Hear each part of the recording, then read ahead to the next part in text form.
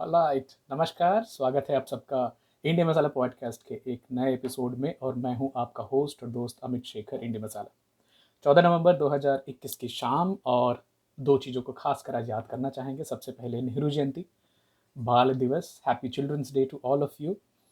और साथ के साथ आज है वर्ल्ड डायबिटीज़ डे। तो इसके रिगार्डिंग हमने एक दो पोस्ट करी थी हमारे फेसबुक पे, और आज हम बात करेंगे डायबिटीज़, मधुमेह क्या है और इससे बचने के लिए हम क्या कुछ कर सकते हैं। बट उसके पहले बहुत शानदार किताब है द डिस्कवरी ऑफ इंडिया, जिसको एक मॉडर्न क्लासिक बोला गया है। आजकल मैं उसको उसके कुछ 20वें 25वें अध्याय में हूँ, ऑडिबल पे सुन रहा हूँ। बहुत ही शानदार है। कभी पढ़ने का किताब पूरा मौका नहीं मिला था, बट आज वॉकिंग के दौरान आजकल वो सुनता हूँ। तो पंडित नेहरू की जो एब्सोल्यूट फैंटास्टिक रिसर्च और जो एक्यूमेन है as a researcher, as a author, बहुत ही कमाल की है। साथ के साथ आज ये भी मुझे याद आया कि दूरदर्शन पे हमारे बचपन में एक शो आया करती थी, धारावाहिक जिसे हम बोलते थे, एपिसोडिक, भारत एक खोज। श्याम बेनेगल जी द्वारा बनाई हुई थी और films division India and Doordarshan ने बनाया था। बहुत ही शानदार प्रोडक्शन क्वालिटी। आजकल व्हाट्सएप पे एक मैसेज भी शेयर किया जा रहा है कि एक वो ज़माना था जब हमारे बचपन में भारत एक खोज में नसीर भाई नसीरुद्दीन शाह जी शिवाजी बना करते थे और औरंगजेब बनते थे ओमपुरी जी। और कभी कोई उनको ये हम कभी देखते भी नहीं थे इस नज़रिए से कि कौन किस धर्म से बिलोंग करता है, क्योंकि वो तो किरदार थे, आर्टिस्ट थे, और उनकी उसी तरह कदर की जाती थी। बड़ी शर्मिंदगी के साथ आज चिल्ड्रंस डे, बाल दिवस, नेहरू जयंती को ठरकी दिवस के तौर पे भी मनाया जा रहा है। ऐसे हजारों ट्वीट हैं जो कि नेहरू जी को बदनाम करने के लिए, उनको नीचा दिखाने के लिए बहुत सारी चीज़ किए जा रहे हैं। व्हाट्सएप यूनिवर्सिटी के एक्सपर्ट्स लगे हुए हैं उसमें। और बट एक ही चीज़ है कि हिस्ट्री, इतिहास जो है वो 7 साल में उल्टा नहीं जा सकता, पलटा नहीं जा सकता। भारत बहुत महान है और छोटा सा काल खंड होता है, बाद में धीरे धीरे सब ठीक हो जाता है। तो इसी उम्मीद के साथ वापस आते हैं टॉपिक ऑफ द डे पर। आज वर्ल्ड डायबिटीज़ डे है, मधुमेह डे। साथ के साथ 100 साल करीब करीब होने वाले हैं इंसुलिन की खोज किए हुए, इंसुलिन से डायबिटीज़ का इलाज करते हुए। तो हिस्ट्री में अगर देखें, इतिहास भारत का देखें, तो मधुमेह, हनी यूरिन बहुत पहले, क्योंकि वो चींटियों को अट्रैक्ट करता था, तो मधुमेह बात निकली। सुश्रुत और चरक 400 से 500 एडी में यहाँ तक वो बता पाए थे कि दो तरह की मधुमेह होती है, जो कि बाद में टाइप 1 टाइप 2 हुई। डायबिटीज़ खाली शब्द देखें तो इसका मतलब होता है साइफन, एक नली जैसे बोल सकते हैं। और अगर मैं क्लासिकल जो उस समय जो सोच थी वो थी कि no essential part of the drink is absorbed by the body while great masses of flesh are liquefied into urine। तो इंसान जो पीता है, खाता है, वो शरीर को तो नहीं लगता है, लेकिन शरीर का बहुत सारा मांस लिक्विड बन के निकल जाता है। ऐसी सोच थी उस समय। मेलिटस शब्द जो है, जो डायबिटीज मेलिटस T2DM में जोड़ा गया, ये ब्रिटिश सर्जन जनरल जॉन रोलो ने 1798 में बोला। Mellitus means sweet like Honey. और साथ के साथ उन्होंने जो दूसरी डायबिटीज जिसमें यूरिन में कोई परिवर्तन नहीं होता, तो उसको बोला इंसिपिडस है, ये टेस्टलेस यूरिन है। तो दो तरह की डायबिटीज़ होती है, टाइप 1 होता है और टाइप 2 होती है। बहुत जल्दी हमारे जो अनुभवी श्रोता हैं उनको पहले से पता है, पर फिर भी टाइप 1 ऑटोइम्यून होती है। आपकी शरीर किसी कारणवश खुद से जो पैनक्रियाटिक सेल्स होते हैं, cells of islet of Langerhans में, जो कि इंसुलिन का प्रोडक्शन करते हैं, उनको मार देते हैं। तो 10% जो डायबिटिक होते हैं वो टाइप 1 डायबिटिक होते हैं। इसको हम आप कंट्रोल नहीं कर सकते, काफ़ी हद तक जेनेटिक कॉम्पोजिशन होता है, और इसमें इंसुलिन की जो रिक्वायरमेंट है वो कंपलसरी होती है। हालांकि एक रिसर्च में देखा है कि जहाँ बहुत ज़्यादा बोवाइन, और मतलब गाय भैंस का दूध बचपन में बहुत ज़्यादा दिलाया जाए, तो बच्चे की जो इम्यून सिस्टम है वो थोड़ी कंफ्यूज होती है, और somehow it gets triggered and starts. तो जो बोवाइन इंसुलिन आता है उसको मारने की कोशिश करने में अपनी भी सेल्स को डैमेज करते हैं। हालांकि इसके ऊपर रिसर्च चालू है। टाइप 2 डायबिटीज़, इसको इंसुलिन डिपेंडेंट भी बोलते हैं, क्योंकि इसमें इंसुलिन का बहुत बड़ा हाथ होता है। 90% डायबिटिक लोगों को टाइप 2 डायबिटीज़ मेलिटस होता है। अच्छी बात, खुशी की बात, ये रिवर्सिबल है। आप इसको अपने जीवन में लाइफस्टाइल चेंजेस ला करके, अच्छी लाइफस्टाइल मेंटेन करके, और टाइम टू टाइम दवाइयाँ खा करके इसको पूरी तरह से हटा सकते हैं। तो ये आपको ये मानकर चलना नहीं है कि मुझे डायबिटीज़ हो गई, जो कि डायबिटीज़ लोग नहीं बोलते, बोलते शुगर हो गया या मुझे चीनी हो गई। तो अगर भारत की खासकर बात करें तो भारत में जो 1.3 बिलियन पॉपुलेशन है, 135 करोड़ लोग हैं, इसमें से 7.29 करोड़, 7 करोड़ से ज़्यादा लोगों को डायबिटीज़ है। और इंटरनेशनल डायबिटीज़ फेडरेशन के हिसाब से ये डेटा बता रहा हूँ मैं। वहीं चीन का, यूएसए का अगर प्रतिशत देखें पॉपुलेशन वाइज डायबिटीज़ कितनी, तो चीन में भी 11.2% लोगों को डायबिटीज़ है। इंडिया में भी 11.2% लोगों को डायबिटीज़ है। ये तो है जिनकी डिक्लेयर्ड है, पता चल गया, अदरवाइज जो अनडिक्लेयर्ड केसेस है गॉड नोस। यूएसए में 10.5% प्रेवलेंस है डायबिटीज़ की, टाइप 2 तो टाइप 2 डायबिटीज़ मेलिटस जो है ये होती है इंसुलिन रेसिस्टेंस की वजह से, उसके बारे में हम आगे बात करेंगे। तो पैनक्रियाज जो है, जहाँ से इंसुलिन बनती है, यह हार्मोन, वो स्लोली अपनी इंसुलिन बनाने की कैपेसिटी को लूज़ करती जाती है। अभी इसके पीछे भारतीय पॉपुलेशन में कई सारे कारण हैं। एक तो जेनेटिक फैक्टर है, दूसरा इन्वायरमेंटल फैक्टर है, तीसरा लाइफस्टाइल का फैक्टर है। तो जेनेटिक फैक्टर में बहुत सारी चीज़ों के साथ एक थ्रिफ्टी जिंदगी कॉन्सेप्ट है कि भारत में सैकड़ों सैकड़ों सालों तक लोग अकाल झेलते रहे और इतनी रिच एबंडेंट डाइट शायद कभी नहीं थी। तो हमारी जो जीन है उसमें ऐसी कैपेसिटी है कि वो ज़्यादा से ज़्यादा फैट और जो एनर्जी है उसको कंजर्व करना चाहती है कि पता नहीं कभी कहाँ अकाल आ जाए, और इसकी वजह से हम थोड़े शायद ज़्यादा प्रोन हो जाते हैं टू डायबिटिक कंडीशंस। दूसरी इन्वायरमेंट, बहुत सारा ओवर इन्फोसिस ऑन फूड है हमारे यहाँ कल्चर में। आप किसी को भी पूछे तो सबसे पहले सवाल है आपने खाना खाया क्या, जबकि हिस्टोरिकली इंसान, हम आप, हमारे जो पूर्वज रहे हैं, केवल 10,000 साल पहले से तो ऑर्गेनाइज एग्रीकल्चर की शुरुआत हुई है। उसके पहले खाना बदोश वाली ज़िंदगी थी, घूमते थे फिरते थे, दिन में 30 किलोमीटर 35 किलोमीटर चलना है और जो मिल गया उसको फराज करके खाना है।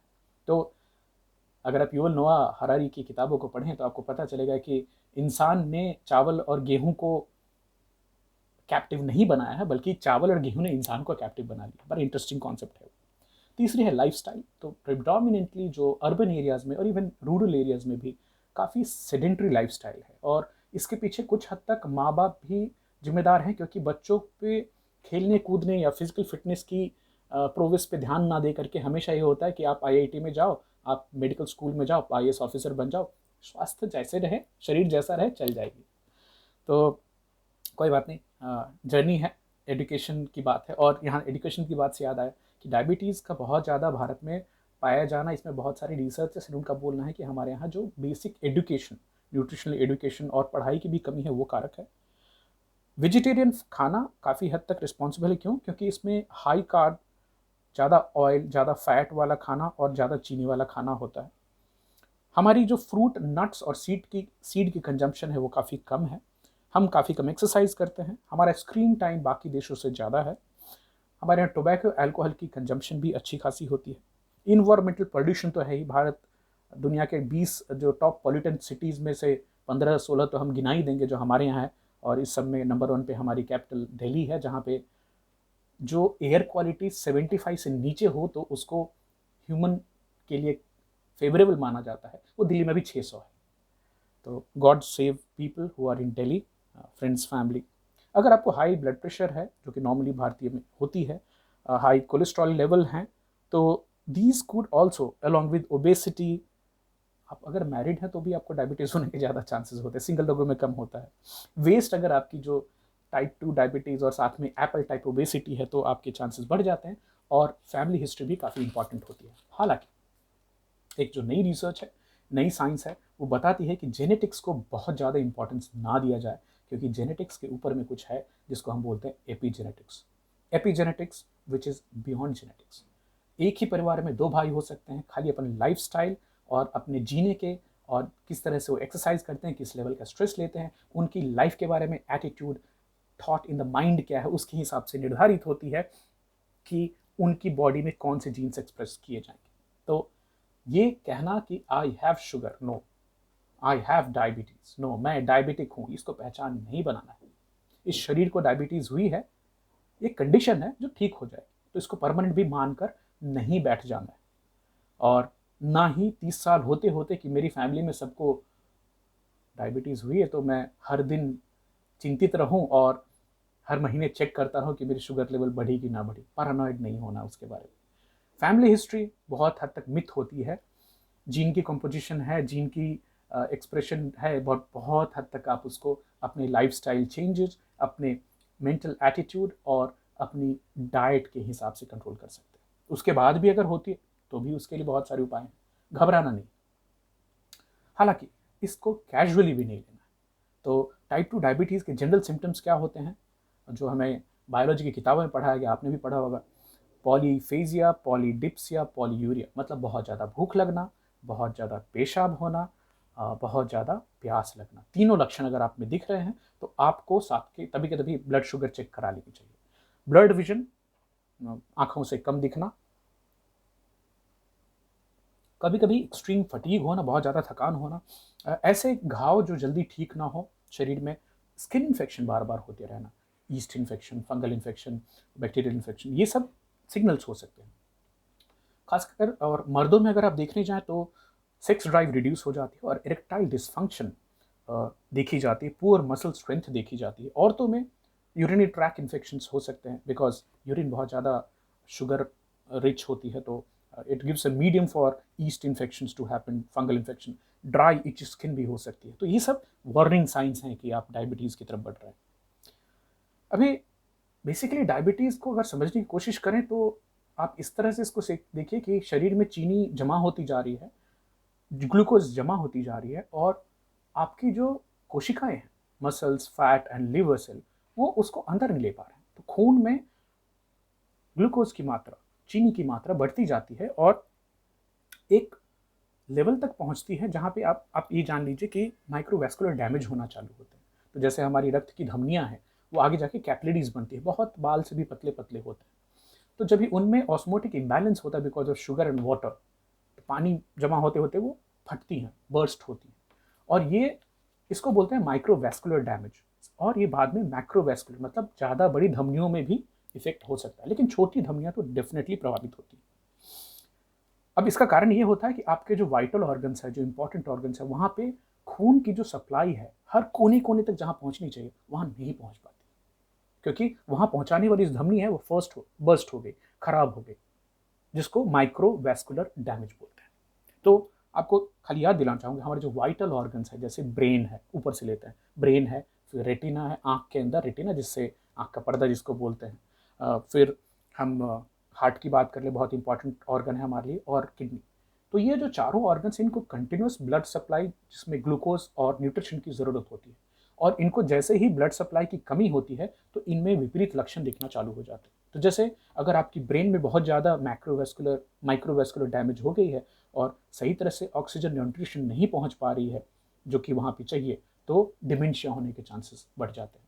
अगर वहीं आंखों में हुई बात, तो फिर रेटिना में कंटिन्यूस न्यूट्रिशन पहुंचना चाहिए, नहीं पहुंचता है तो रेटिनोपैथी होती है, और जो रेटिना के सेल्स मर जाते हैं वापस वो रिकवर नहीं होते। हार्ट में आपको मालूम है, जहाँ पे कार्डियोमायोपैथी, जहाँ पे अगेन माइक्रोवैस्कुलर डैमेज हुई है और बराबर से हार्ट में न्यूट्रिशन नहीं पहुंच पा रही, तो हार्ट के सेल जो मर जाएंगे वापस रिकवर नहीं होते। Similarly kidneys, very very important vital organ, अगर उसको भी कंटिन्यूस सप्लाई ऑफ ब्लड नहीं मिल रही है एंड स्लोली माइक्रोवैस्कुलर डैमेज हो रहा है, तो इसको बोलते हैं नेफ्रोपैथी।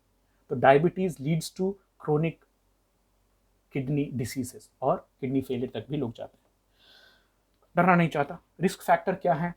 अगर आप ओवरवेट हैं, सबसे पहले तो अपना वेट नियंत्रित करना बहुत बहुत इंपॉर्टेंट है। बीएमआई कितनी है आपकी? अगर आपकी उम्र 45 के ऊपर हो गई है, तो मैं 45 का हो गया, अगर आपके माता पिता में से या फिर भाई बहन में किसी को डायबिटीज़ है, तो आपके ऊपर में रिस्क के फैक्टर बढ़ते हैं। अगर आपकी लाइफ स्टाइल सेडेंट्री, आप बैठना ज़्यादा पसंद करते हैं और मूवमेंट कम होती है, तो आप खतरे में। अगर आपको जेस्टेशनल डायबिटीज़ भी थी, तो कुछ औरतों में होता है कि पूरे परिवार में नहीं थी और सडनली जब भी वो प्रेग्नेंट होते तो उसमें जेस्टेशनल डायबिटीज़ देखते, उनको बाद में फिर proper full blown type 2 DM हो जाती है। अगर आप प्री डायबिटिक है, प्री डायबिटिक कब होते हैं आप? जब भी आपकी बॉडी में इंसुलिन रेसिस्टेंस शुरू हो जाती है, हम उसके बारे में आगे बात करने वाले हैं। High blood pressure, cholesterol, high triglyceride levels भी इसके इंडिकेटर्स, रिस्क फैक्टर्स हो सकते हैं।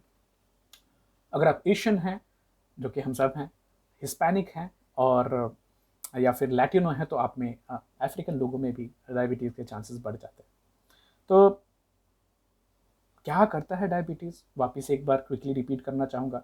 हार्ट में हार्ट डिसीज़ जैसे हार्ट अटैक, स्ट्रोक के चांसेस बढ़ जाते हैं। न्यूरोपैथी होती है, नर्व डैमेज, तो जो माइलिन शीथ होती है नर्व्स के ऊपर में ढकती है उसको, वो एक्सपोज होने लगती है और नर्व्स जो है वो अपना काम करना बंद कर देती है, बिकॉज उनकी इलेक्ट्रिकल सिग्नल लॉस हो जाती है। नेफ्रोपैथी, किडनी का नुकसान होना। रेटिनोपैथी, विजन लॉस, आँखों से आंखों की रोशनी जाना। हियरिंग लॉस, कान में कम सुनाई देना, बिकॉज कान के अंदर बहुत कॉम्प्लिकेटेड मिलियस इंकस टिप्स और जो कॉक्लिया होता है, तो वहाँ पे न्यूट्रिशन पहुँचना बहुत इंपॉर्टेंट होता है, और माइक्रोवेस्कुलर डैमेज की वजह से वहाँ पे प्रॉपर ब्लड सप्लाई नहीं मिलती है, तो हियरिंग लॉस सबसे पहले शुरुआत होती है। फुट डैमेज, अक्सर डायबिटिक लोगों में जो पैर में घाव होता है वो जल्दी ठीक नहीं होता, स्किन इन्फेक्शन होते रहते हैं उनको। हमने बताया पहले कि ब्लड में शुगर की कंटेंट ज़्यादा है, साथ के साथ टिपिकली जो डायबिटिक होते हैं, टिपिकली बोल रहा हूँ, वो ओबीस होते हैं, फैट होते हैं, तो चमड़ा जो फैट जो लटकता होता है तो वो क्रिवाइसिस बनाता है, जहाँ पे फोल्ड होता है, तो वहाँ पे मॉइस्चर जमा होने से ईस्ट और फंगल इन्फेक्शन होने के चांसेस बढ़ते रहते हैं।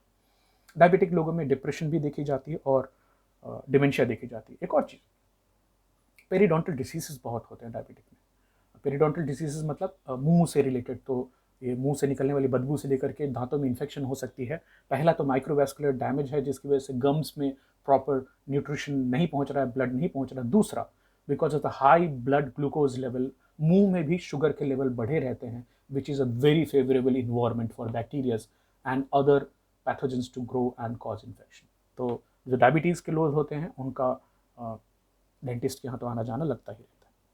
अब इंसुलिन रेसिस्टेंस वापस रिपीट करना चाहूँगा कि मसल्स, फैट, लिवर के सेल जो इंसुलिन को रिस्पॉन्ड ना करें। तो अभी इंसुलिन है क्या, जरा समझिए इसको, कि जब भी आप कार्बोहाइड्रेट खाएं, चावल खाएं, चपाती खाएं, चीनी खाएं, फ्रूट्स खाएं, तो आपकी बॉडी में ब्लड ग्लूकोज के लेवल बढ़ते हैं, और ये सिग्नल करता है पैनक्रियाज को कि आप इंसुलिन छोड़ो। इंसुलिन पैनक्रियाज बना के छोड़ती है, इंसुलिन जाके सेल्स पे, इंसुलिन रिसेप्टर्स होते हैं उनको बाइंड करती है, और सेल में दरवाजे खुल जाते हैं, और ब्लड से जो ग्लूकोज है वो आपके कोशिकाओं में चला जाता है। अभी नॉर्मल हालत में ठीक है, लेकिन अगर आप बहुत ज़्यादा कार्ब्स ले रहे हैं तो इंसुलिन भी धीरे धीरे धीरे धीरे अपनी इफेक्ट खोने लगता है, और मोर कार्ब्स जितना आप खाएंगे उतनी इंसुलिन बनेगी।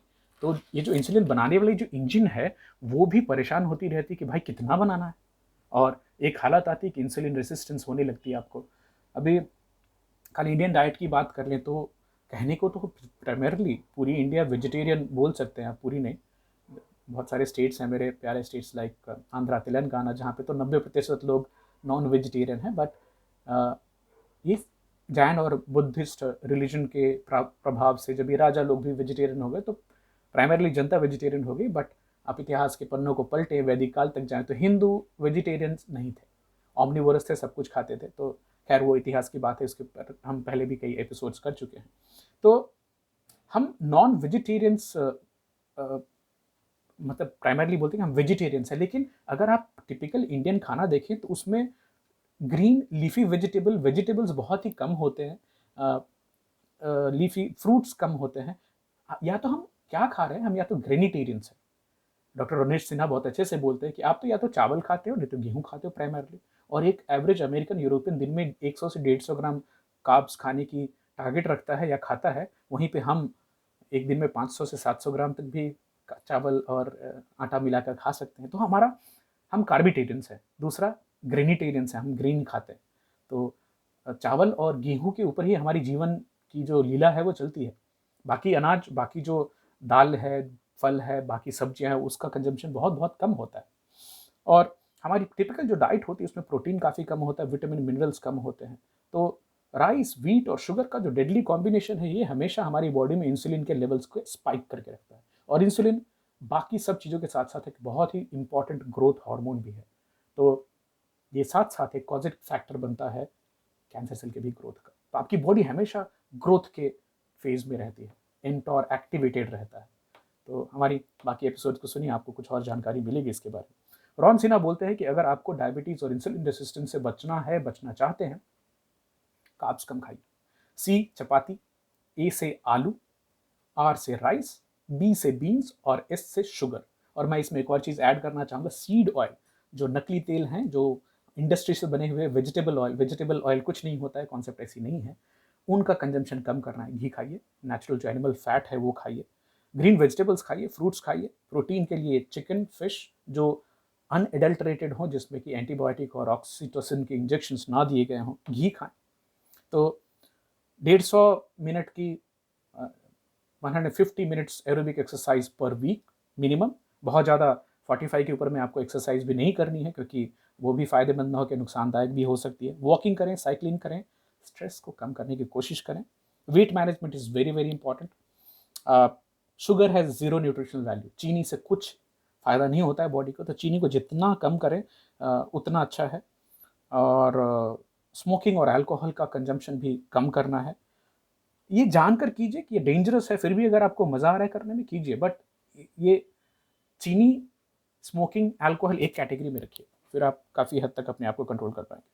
साथ के साथ जो नई रिसर्च है उसमें इंटरमिटेंट फास्टिंग का बहुत बहुत महत्व आके निकल के आ रहा है। तो अगर आप डायबिटीज़ से परेशान नहीं हैं तो आप इंटरमिटेंट फास्टिंग को ज़रूर अपने जीवन का एक इम्पॉर्टेंट हिस्सा बनाइए। साथ के साथ लेटेस्ट रिसर्च में मेटफॉर्मिन एक बहुत ही सेफ साउंड ऑप्शन निकल के आ रही है। 20 साल पुरानी दवाई है। बहुत माइल्ड साइड इफ़ेक्ट्स होते हैं, जैसे कि कुछ लोगों को पेट की तकलीफ़ होती है। तो अगर आपको लॉन्जेविटी में इंटरेस्ट है, अगर आपको बीमार नहीं होना है, डायबिटिक नहीं होना है, तो मेटफॉर्मिन के बारे में और जानकारी इकट्ठा कीजिए। बट ये सारी चीज़ें अपने डॉक्टर के संदर्भ में, सलाह में लेते हुए भी इन सब चीज़ों को आप अपनी एजुकेशनल पर्पज़ के लिए इस्तेमाल कीजिए। Intermittent fasting very strongly recommended. तो आज इस वर्ल्ड डायबिटीज़ डे पे एक छोटी सी कोशिश थी हमारी तरफ से, हमारे इंडी मसाला पॉडकास्ट के लिसनर्स के लिए। It's more of a revision, because आप बहुत सारी चीज़ें पहले से जानते हैं, बट मैंने सोचा कि इस मौके का फ़ायदा उठा करके थोड़ी डायबिटीज़ के बारे में अवेयरनेस और बढ़ाई जाए। डरना नहीं है, ये बहुत हद तक रिवर्सिबल है। तो आपको कैसी लगी आज की एपिसोड ज़रूर बताइएगा, आपके कमेंट्स का इंतज़ार रहेगा। Thank you so much, see you next week, bye bye, take care.